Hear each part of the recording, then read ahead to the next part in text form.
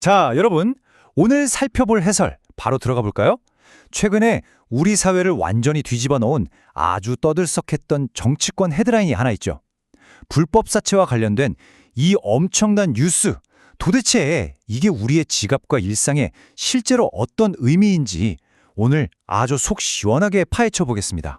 2020년 5월 3일에 정말 뉴스를 강타한 그야말로 폭발적인 발언이 나왔었죠.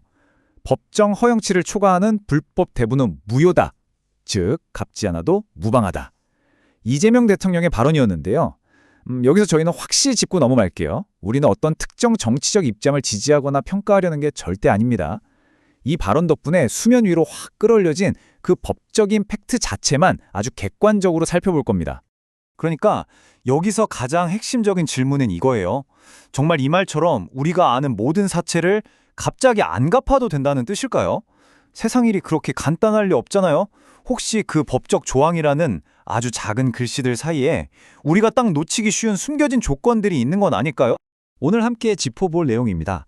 폭발적인 헤드라인, 법정이자율 구간, 실제 피해 사례, 세 가지 숨겨진 진실, 그리고 마지막으로 지원받는 방법까지 쭉 한번 살펴보겠습니다.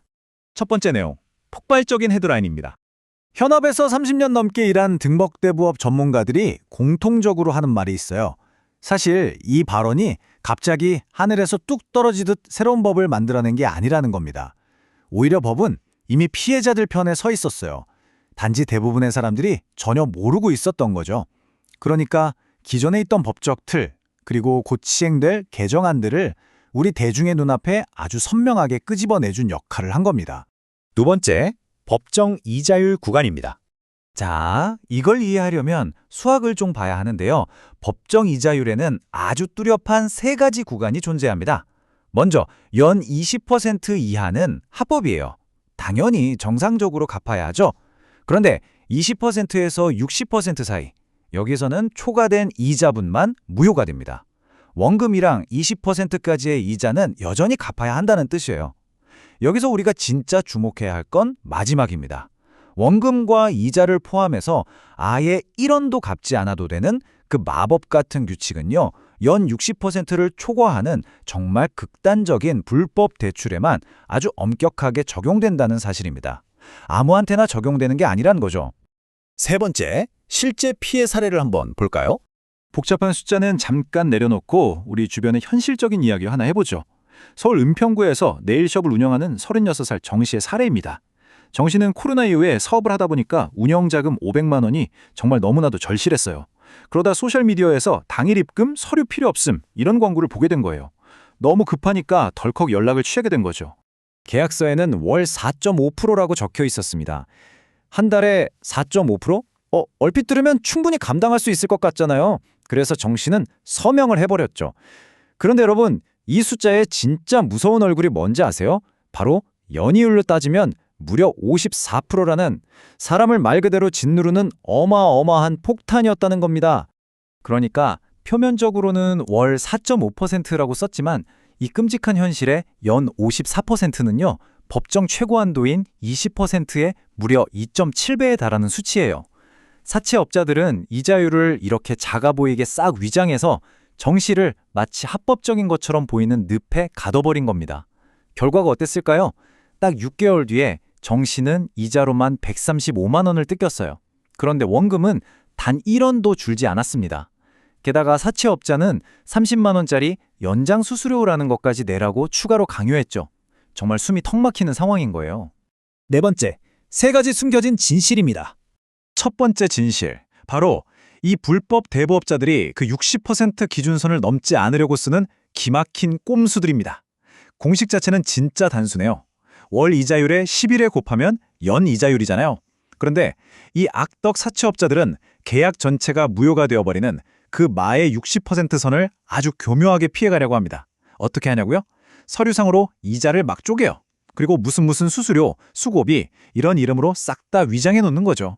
그렇기 때문에 여러분이 매달 내고 있는 그 돈의 진짜 이자율이 도대체 얼마인지 스스로 계산기를 두드려보는 게 진짜 절대적으로 중요합니다.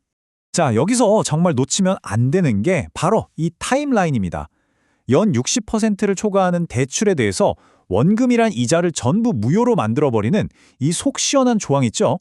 이게 아무 때나 막 적용되는 게 아니고요. 오직 2025년 7월 22일 이후에 새로 맺거나 갱신된 계약에만 자동으로 적용이 됩니다. 그럼 그 전에 맺은 옛날 계약들은 어떻게 하냐고요? 아쉽게도 여전히 민사소송이라는 아주 길고 험난한 과정을 거쳐야만 무효를 주장할 수 있어요. 이 차이 꼭 기억하셔야 합니다. 두 번째 진실은 합법적인 등록업체랑 그야말로 악질인 미등록업체 사이에 엄청난 차이입니다. 2025년에 불법 사금융 피해 신고가 1만 7천 건 넘게 들어왔거든요. 그런데 세상에 그중 절반 이상이 이 미등록업체들한테 당한 거였어요. 아무런 법적 규제도 받지 않으니까 진짜 수백 %의 살인적인 이자를 당당하게 요구하는 겁니다. 그리고 돈 안 갚으면 끔찍하게 협박하고 불법 추심을 일삼는 진짜 장본인들이 바로 이들이죠. 세 번째 진실, 사채업자들도 바보가 아니라는 겁니다. 이 사람들 뉴스 다 보고 엄청나게 빨리 적응하고 있어요. 대통령 발언이 빵 터지면서 화제가 되니까 이 불법 사채업자들도 속으로는 엄청 당황했겠죠? 그래서 지금 두 가지 전략을 쓰고 있습니다. 하나는 기존 피해자들이 자기 권리를 눈치채기 전에 당장 돈 갚아 하고 엄청나게 압박하는 거고요. 다른 하나는 아까 말한 그 연 60% 무효화 규정 있죠. 그걸 교묘하게 빠져나가려고 새로 맺는 계약의 수수료 구조를 아주 기상천외하게 비틀어버리고 있다는 겁니다. 마지막 다섯 번째, 지원받는 방법입니다. 규칙을 아는 것도 중요하지만 실제로 어떻게 해야 하는지가 진짜 무기잖아요. 대출 관련해서 서류에 사인하기 전에 딱 30초, 여러분 딱 30초만 투자하세요. 스마트폰 켜시고 금융감독원 파인 웹사이트에 들어가서 대부업 등록 조회를 눌러보는 겁니다. 그리고 지금 통화 중인 그 업체의 정확한 이름을 딱 검색해보세요. 만약에 검색 결과에 안 나온다? 아니면 등록이 이미 만료됐다고 뜬다? 그럼 뒤도 돌아보지 마시고 즉시 연락 차단하셔야 합니다. 무조건이에요. 그런데 만약에 내가 이미 이런 불법 업체의 살인적인 비톡촉에 시달리고 있다? 불법 추심을 당하고 있다?